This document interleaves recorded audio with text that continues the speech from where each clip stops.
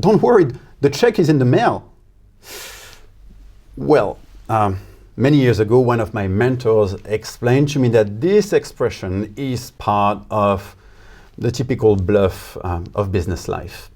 And this expression could have a Chinese equivalent that will be something around, we try to make the payment, but unfortunately it's been blocked by the local administration due to foreign exchange restrictions. If you work with China, there is no doubt that at some point in the past, you came across this kind of issue and this type of excuse. The question being, is this excuse credible? And the answer is it depends.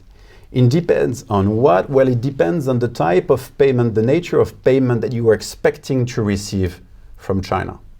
Let me explain. Many years ago, China has put in place a foreign exchange control system under the supervision of a very powerful authority known as SAFE, for State Administration of Foreign Exchange. If we put it simple, the role of SAFE consists of overseeing all transactions that involve a currency conversion, be it from Chinese currency, the RMB, to any foreign currency, such as euro, or the other way around. But to be more specific, SAFE controls two specific types of transactions.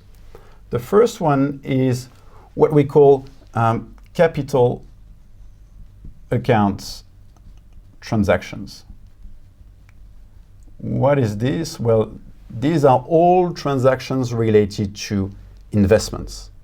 And these transactions are subject to quite strict restrictions. So if we take a practical example, let's imagine that you are a startup and you just raised funds from a Chinese investor. The payment is late at coming, and your investor explained that, well, the delay is due to some foreign exchange restrictions. Well, this may actually happen, and the excuse is credible. The second type of transactions are what we call current accounts transactions. These are traditional commercial transactions that take place between companies in the normal course of business. Example, that would be the case of the payment by a Chinese company to an overseas company for the purchase of equipment. These transactions are subject to very limited restrictions. Actually, in order to make payments for current account transactions, a Chinese company only needs to go to its local bank, bring a copy of the relevant purchase contract or purchase order, and in 99% of cases, the local bank will process the payment almost instantly.